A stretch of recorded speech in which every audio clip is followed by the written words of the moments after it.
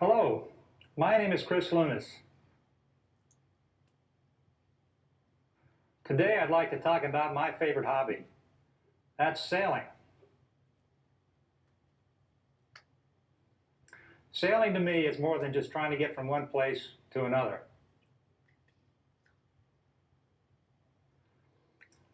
I'd like to describe the basic configuration of generally the small boats that I like to sail.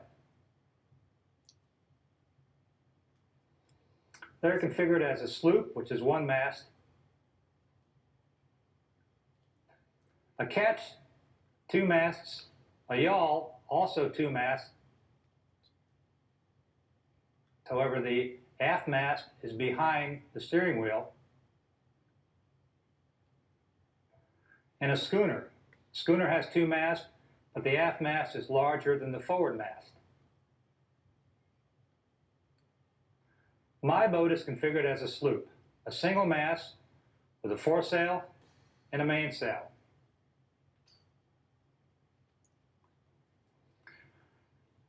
In sailing, it's not always point to point to get from one place to another. One has to be aware of the wind and the direction from which the wind is coming.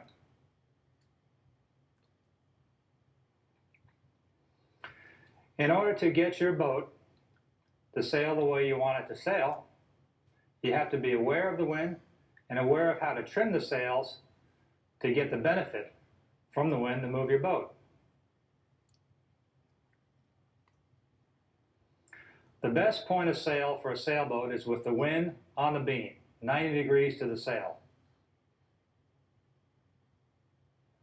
One can sail all day beautifully that way. The most difficult way to sail is to get to a point that is upwind. In other words, if there's an island you like to go to, here off San Diego, I like to go to Catalina. Generally speaking, because of the prevailing wind, Catalina is directly into the wind from where I want to go. I can't sail directly there. So I have to do what's called tacking. I've got to sail my boat as efficiently as I can upwind, which is about 35 degrees to the wind. I can only get within 35 degrees of the prevailing wind. So I'll sail as close as I can, or 35 degrees, on a course for as long as I think necessary. And then I'll have to turn to put the boat on the other tack, as we call it, with the wind 35 degrees on the other side of the boat. Therefore, the course would look like a zigzag back and forth to my destination. Now, depending upon my skill and the layout of the boat, I can perhaps get there quicker than somebody else. Of course, if somebody else has a better boat and his skills are better, he's going to beat me there. That's part of the challenge and the fun of sailing. Now, we call that sailing uphill. Of course, just like everything else, if you go uphill, there's going to be a reward coming downhill.